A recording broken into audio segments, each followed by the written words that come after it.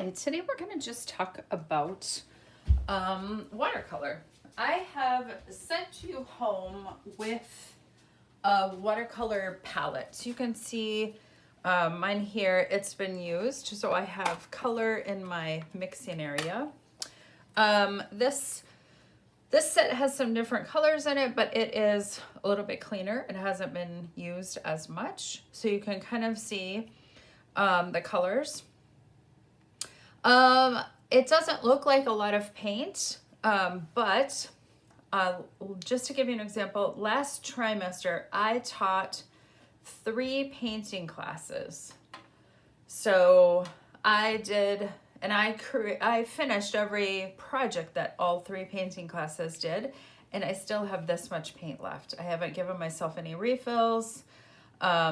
This is just all the paint that's still here. So it is a lot more paint than it looks like because this is professional grade watercolor, and it gets mixed with water. So you don't actually like pull chunks off of this. So you can see that if I touch this, my hands are not turning colors like this is. It feels hard and plasticky right now. Because it's watercolor, it needs water to work. Like the water component is an important part of having the paint itself work. So I'm gonna come back here to my other palette, and I do just have the front of my sketchbook here. You'll also see kind of the way I have my workstation set up. I have just an old like washcloth rag that I put underneath my water container. I very often will like dry my paintbrush off on here if I feel like it's too wet. I also have a paper towel handy. You'll find that a paper towel or a napkin is really convenient to working with watercolor. You can reuse one for a really long time. This is obviously not a clean paper towel, but it is a paper towel that I can keep using over and over again. So don't feel like you have to throw it away every time. I very often hang on to them for quite a while. You'll also see that I have my water cup and my paintbrush. Now, notice that my paintbrush is sitting across my water cup. The reason for that is that paintbrush handles are made out of wood, and they're glued to the bristles underneath this metal section of the brush. This is called the ferrule.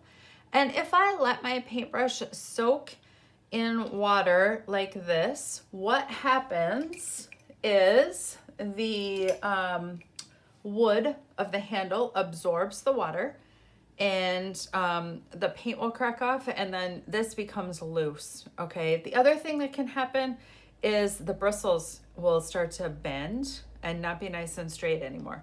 So it's important while you're painting but not using your paintbrush that it sits across your water bucket. Now, we just talked about that these paints aren't painty. In order to get the paints to work, I need to take and actually drip clean water right over the top of them. So anytime that I'm painting, I will either do this to every single color. Most of the time I will do it to just the colors that I think I'm going to be using. But you can see that it's the very first thing I do. I want to make sure that I'm dripping clean water onto the paint. And what this does is it allows the paint to kind of start waking up. Now, watercolor paint has a couple of unique properties. One, because we're painting with a puddle of water, watercolor can be unpredictable. 2, watercolor needs time to dry before we continue to work on a painting, and color will always move with the water. So you can see I have my wet paintbrush now, and I decided I wanted to use some of this red. And I'm using my paintbrush to just sort of, it reminds me of like licking, it's like I'm licking the pile of red paint, and then I'm going to move it out here onto my palette. I then can add more water to make sure that the pigment in the paint gets fully mixed into the puddle. So we don't usually go right from the paint to our painting. We're always going to go from our paint to the palette and do some mixing. Right out here on my sketchbook, I'm just going to make a stripe of that color, clean my paintbrush off, and I'm going to do the same thing over here. So you can see again, I'm like just gently at the top of the pile. It's like I'm licking the top of the paint pile. I then need to, again, add a little water. You'll notice that we don't have white. Watercolor gets lighter when we add water, so that's that same color, just with more water in it. Watercolor also moves with the water. So what I mean by that is, and this is a unique property of watercolor, wet paint, if I take yellow now and go across, you will see what happens is that because the watercolor moves with the water, my stripe, when it hits the paint going the other direction, is moving. There's nothing I'm doing. This is just yellow paint mixing in the puddle that is there and wet from these other colors. And that's a unique property of watercolor, and it's one that we can use to our advantage.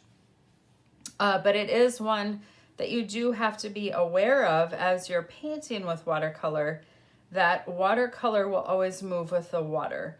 So you can see here, the red here was a little bit drier, and it's not moving like it was up where the yellow went across. But you can see here too that my paint keeps mixing and paint keeps mixing. So it's important for us to think about that, because what that means is I cannot paint a wet section right next to a wet section. So if I want this rectangle to stay separate from that, I can't have them touch. So you see right now I have a little white space. As soon as I bump that wet, the color is going to blend together. So you can see my darker blue is pushing in over here now to the color that was there before. Like I said, it's something you can use on purpose. So I can take some of this yellow and I can intentionally populate it into the wet areas and sort of watch it kind of grow and bloom. But if I wanted those dots to stay dots, I would need to not have them touch. But you can even see here, I can pull parts of the color. So wet watercolor will always move wet watercolor. It is one of the unusual and kind of interesting properties of watercolor. But always remember that we have to have water to make our watercolor work.